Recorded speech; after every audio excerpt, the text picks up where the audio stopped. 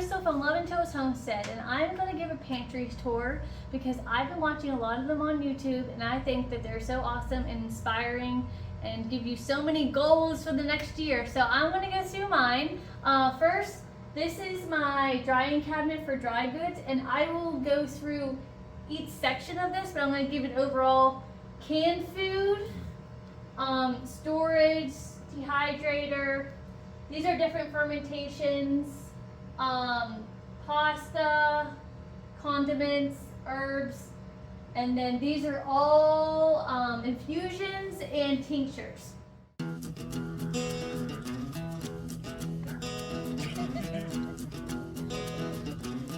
Okay, so this is the cabinet that Vinny built me to dry our onions and potatoes. And I know what you're thinking, onions and potatoes, they should not be stored near each other.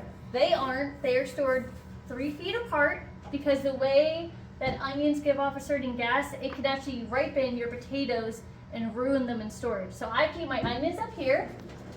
As you can see, not very well. So I have my onions, and I'll show you more in depth the different, like how these are actually built. So this one's empty because I didn't want to put anything in this one just yet.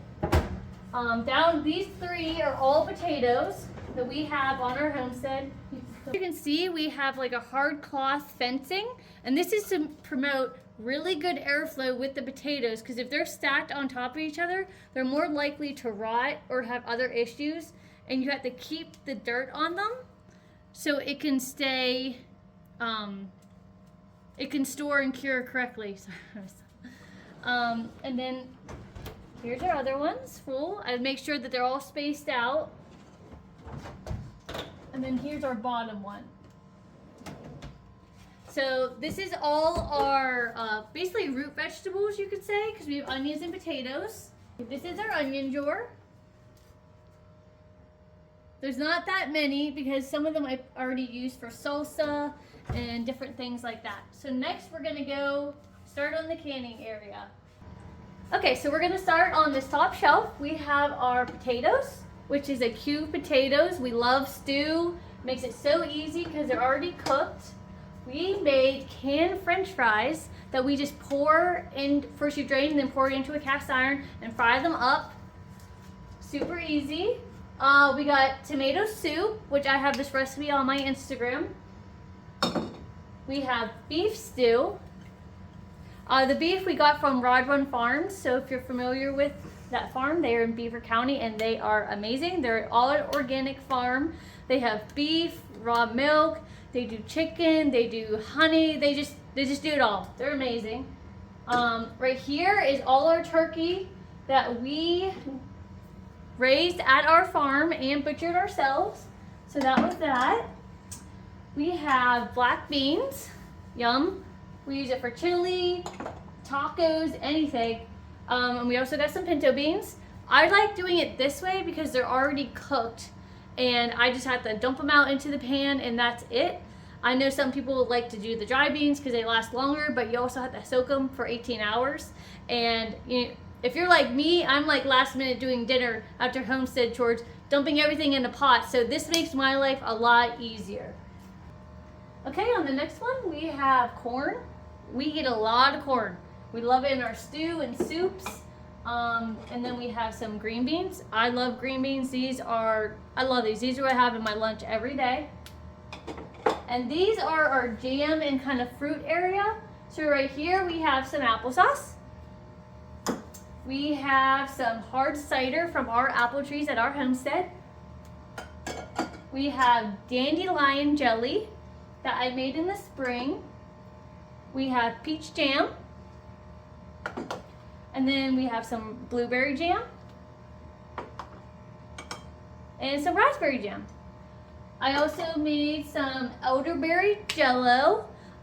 This is really cool because I actually made elderberry syrup and I literally took the leftover berries from it and was able to make this elderberry jelly. I meant to say not jello. Jelly, and I'm really excited because of the added vitamin C that you can use. It's just awesome. So then down here we have more turkey from our 14 turkeys. And right here I made homemade chicken noodle soup. You can tell, you're like wondering, why are the noodles in there? Well, you cannot safely can flour, dairy, or noodles. So this is basically the base, and then I have the noodles dried and dehydrated, which I'll show you over there. So this just makes it easy because it's just the base. Dump it in, heat it up, add the noodles, and then there's your chicken noodle soup when you're sick. So it makes it kind of seamless. Okay, the next section we have homemade pumpkin. I actually don't like pumpkin that much, but I did this to put on our dog's food. It's a really good probiotic. Our dog Lila has a lot of stomach issues, so I try to make this so we can put it on her food to make it taste better, and it just really helps her stomach a lot. We also have salsa verdes. This is my favorite enchilada salsa. It's amazing. So I would definitely check out that recipe. And then here's some homemade salsa. Most of my stuff is mild. I don't make it spicy because I can't really handle it. Then we have carrots. We make a lot of stew in the wintertime, so we like to have a lot of carrots, a lot of potatoes, a lot of stew meat. We try to like just live, cook within the season and eat what we have is our main goal. So wintertime is mainly canned food and soups and roasts and crock pot items, the nice and slow stuff. So the next one is blueberries. I did these to make homemade soda, but I also can use it as pie filling also. It just depends on what I'm feeling that day. We love cobbler, pie, crisp, anything like that. And then the same thing with the peaches. You can never go wrong with fresh fruit in the wintertime.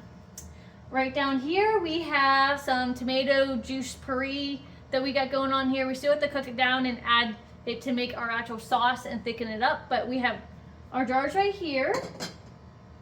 Down here we have canned chicken. I know it looks kind of gross. A lot of people look at this and are like, ew, canned chicken, you eat this?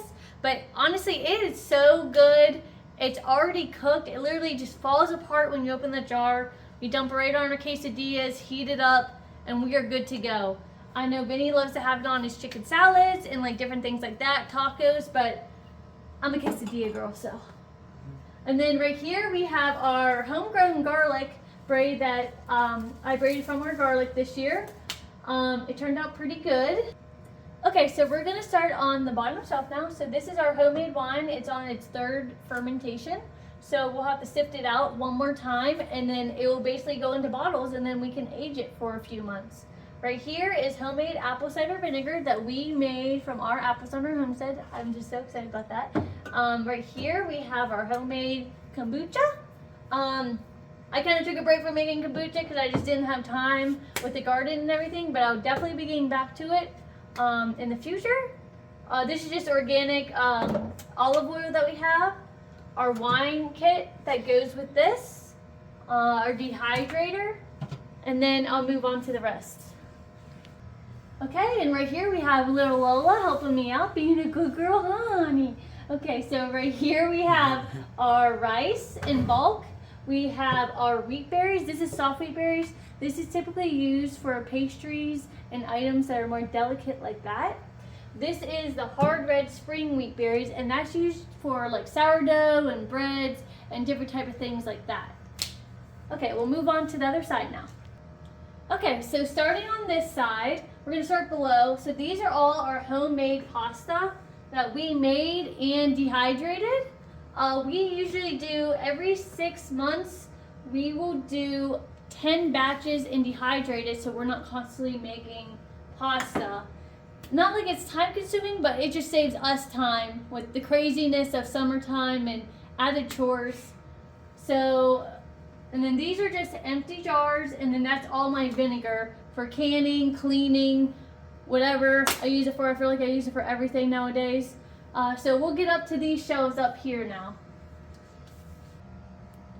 Okay, so down here we have chicken broth. And over here we have all the turkey broth. So we're gonna be good for a while now. So this is all that. So up here we have homemade ketchup that I made. I'll be posting a reel on Instagram about that. We have homemade barbecue sauce, which actually I was shocked by how good it was. I just couldn't believe it. And this is rendered lard that we'll be using for baking and stuff like that. These are empty jars. And then over here are all my infused oils. So right here you can see that it's calendula, and it is being infused in olive oil. And there's just so many incredible things that you can infuse and make from these infusions.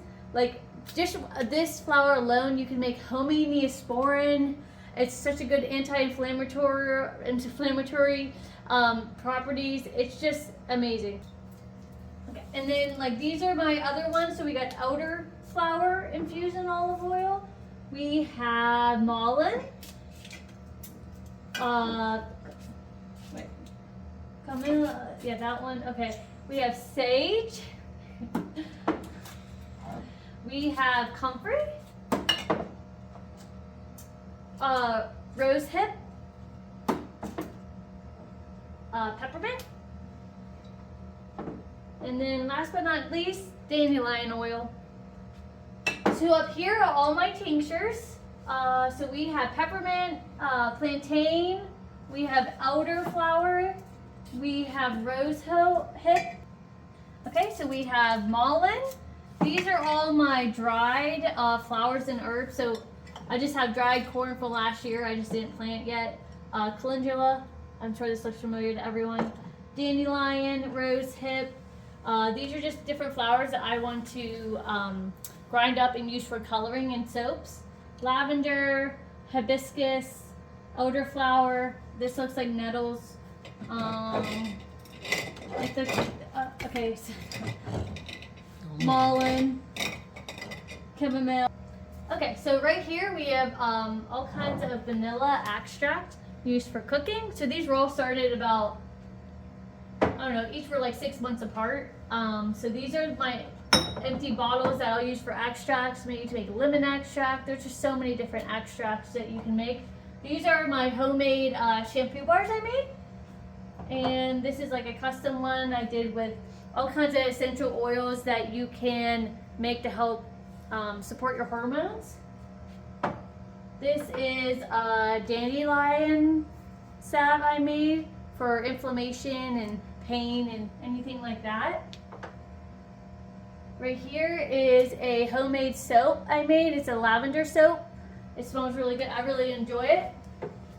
Right here is a dandelion soap I made from our goat's milk from our property. Right here is a dandelion lotion bar. And then up here is all kinds of homemade honey from different farms. So this homemade honey is from Broad Run. This one is actually from our neighbors who have honeybees. She has about 6 boxes of honeybees. So this is from Stacy's. And last but not least, this is from Bowser's Blueberries. So they are, it's actually my boss's farm, but he is just so amazing. He has 8 acres of blueberries, and he brings in honeybees every year to pollinate his blueberries, and then they harvest the honey from the honeybees. And this actually has like a hint of blueberries just from pollinating them. And it's just the best honey, and they're such an awesome family. And if you're near PA, you have to check out Bowser's Blueberries, okay? You have to. And then up here's more apple cider vinegar. And then this is kind of just store-bought stuff, nothing crazy. Baking soda, coconut oil. This is Redmond salt, pickling lime. This is gelatin to make homemade gummies. And then I have canning salt, rubbing alcohol, hydroperoxide, some clear gel to make pie filling. And then these are all my seeds I like to hoard. I just keep them down here. So yeah, that's my pantry. Thank you for watching my video. I hope you enjoyed it. Please like and subscribe, and just follow us on our homestead journey with the Love and Tales Homestead.